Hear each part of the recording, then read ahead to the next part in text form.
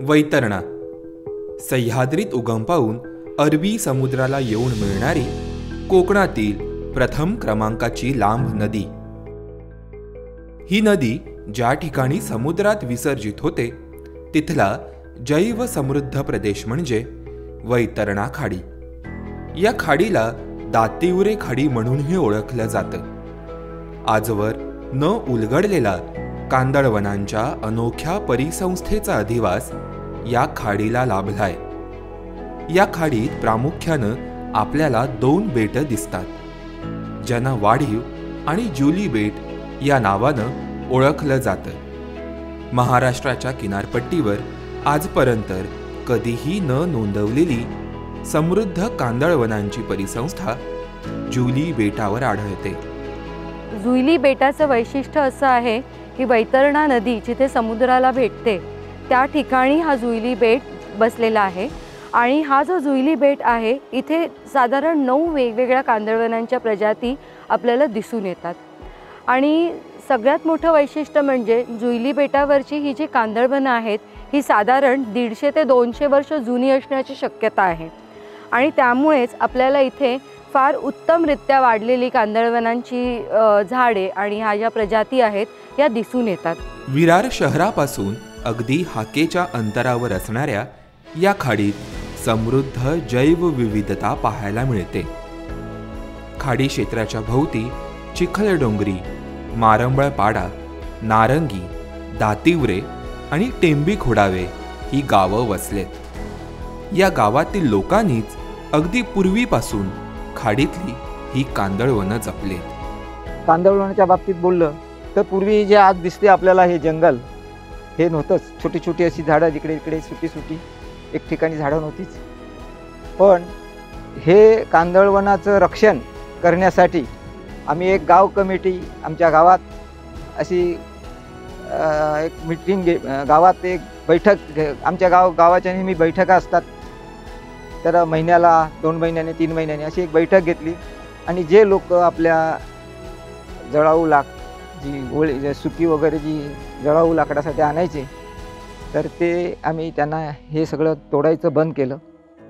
वैतरणा खाडीतील जुली बेटावर अंदाजे 106 हेक्टर क्षेत्रावर कांदळवन पसरलंय, तर 96 हेक्टर क्षेत्रावर नारंगी गावच्या गावकऱ्यांकडून पावसाळी शेती केली जाते। 202 हेक्टर क्षेत्रफळ असलेल्या या बेटावर कांदळवनांच्या एकूण 9 प्रजाती सापडतात। याशिवाय 8 कांदळवन सहयोगी प्रजाती पाहायला मिळतात। काही सस्तन प्राण्यांचा अधिवासही बेटावर आढळतो। साधारणपणे 28 जातीच्या पक्ष्यांची नोंद या बेटावरून करण्यात आली आहे। त्यातील प्रमुख आकर्षण म्हणजे ब्लॅक कॅप्ड किंगफिशर अर्थात काळ्या टोपीचा खंड्या। त्यांच्या डोक्यावरील काळ्या टोपीच्या आकारामुळे त्यांना काळ्या टोपीचा खंड्या हे नाव मिळालंय। या समृद्ध जैवविविधतेमुळेच वन विभागाच्या मँग्रोव्ह फाउंडेशनकडून जुली बेटावर निसर्ग पर्यटनाला सुरुवात होते।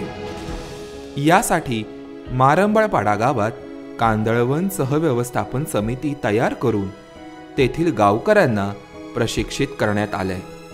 आम्हाला ना जेव्हा कांदळवन म्हणून एक समिती आली त्यांनी जेव्हा आम्हाला सांगितलं की ह्या झाडांचा उपयोग काय, झाडांच्या किती जाती आहेत, ह्या झाडांच्या 14 जाती आहेत आपल्याला माहीत आहेत का नाही, त्याच्यातली हे एक आपली चिकनी, ह्याला इंग्लिशमध्ये मिसवाक म्हणतात, पण आपण काय मिसवाक म्हणून म्हणत नाही, आपल्याला फक्त चिकनी एवढीच माहिती आहे। ह्याचा फळांचा उपयोग काय होतो तोही आपल्या आगरी लोकांना माहीत आहे, पण पहिला एवढा हे नव्हतं, माहिती नव्हता की काय उपयोग आणि कसं काय। आम्ही जेव्हा शेतावर यायची ना तेव्हा ह्या झाडाची फळं वगैरे खायची। भारताच्या पूर्व किनारपट्टीवर कांदळवनांचे प्रजातीनुसार विभाग म्हणजेच झोनेशन दिसतात। कांदळवनांमधील झोनेशनचा हा प्रकार महाराष्ट्रात सहसा पाहायला मिळत नाही। मात्र जुली बेट याला अपवाद आहे।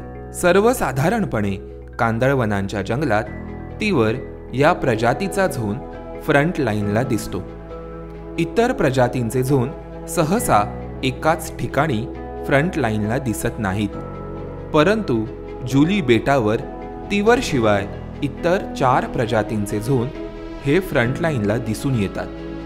बेटाच्या मागच्या बाजूस तिवर आणि सोनचिप्पी प्रजातीचा झोन दिसतो, तर नदीकडच्या बाजूस हुरी, किरकिरी आणि लहान झुंबर या प्रजातींचे एकत्रित झोन दिसतात. झोनेशन शिवाय कांदळवनांच्या मुळांच्या वेगवेगळ्या रचनाही बेटावर आढळतात. आता हे तिवर नावाची जी प्रजाती आहे त्याची मुळं आपल्याला इथे दिसत आहेत आणि अजूनच एक वेगळ्या प्रकारची मुळं जी तुम्ही कधीच पाहिली नसतील अशी आपल्याला बघायला मिळतात. आपण जेव्हा बसतो आपला हा गुडघा जसा वळतो तशी वळलेली तुम्हाला इकडे मुळं दिसत असतील. हे इकडे एक आहे आणि अशी तुम्हाला बरीच असं तुम्ही आतमध्ये पाहिलं तर तुम्हाला ही मुळं दिसतील. याला नी शेप रूट्स म्हणतात. आणि ही जी मुळं आहेत ना ही हे वरती असलेलं जे किरकिरीचं झाड आहे, सिरिऑप्स असं त्याचं बॉटॅनिकल नेम आहे, या झाडाची ही मुळं आहेत. तर याच्यामध्ये आपल्याला अशी ही मुळं दिसतात जी पेन्सिलसारखी असतात किंवा काही गाजराच्या आकाराची मुळं दिसतात किंवा काही जी असतात ती स्टिल्ट रूट्स दिसतात, जी जमिनीच्या वर वाढतात आणि त्याच्यावरती झाडाचा डोलारा असतो. कांदळवनांच्या या जैवविविधतेने समृद्ध असलेल्या जुली बेटाला आता वाळू उपशाचं ग्रहण लागलंय. अवैध रेती उत्खननामुळे हे संपूर्ण बेट हे पाण्याखाली जाण्याचं, संपूर्ण कांदळवन हे पाण्याखाली जाण्याची दास्ती निर्माण झाली आहे. आता जर ह्या अवैध रेती उत्खननावर कारवाई नाही झाली किंवा अवैध उत्खनन नाही थांबवलं गेलं तर संपूर्ण कांदळवन, संपूर्ण बेट हे होतच नव्हतं होईल. वाळू उपशाच्या या प्रकाराकडे दुर्लक्ष केल्यास भविष्यात जुली बेटावरील कांदळवनांची अपरिमित हानी होईल. वैतरणा खाडीत सुरू असलेल्या अवैध वाळू उपशामुळे इथला जैवसंपन्न प्रदेश आता संकटात सापडलाय. शिवाय खाडीवर अवलंबून नसणारे शेतकरी आणि मच्छीमारांच्या उदरनिर्वाहाच्या साधनावरही गदा आले आणि ही बाब अधिक गंभीर आहे. तुम्हाला आमचा हा व्हिडिओ कसा वाटला आम्हाला नक्की कळवा. धन्यवाद.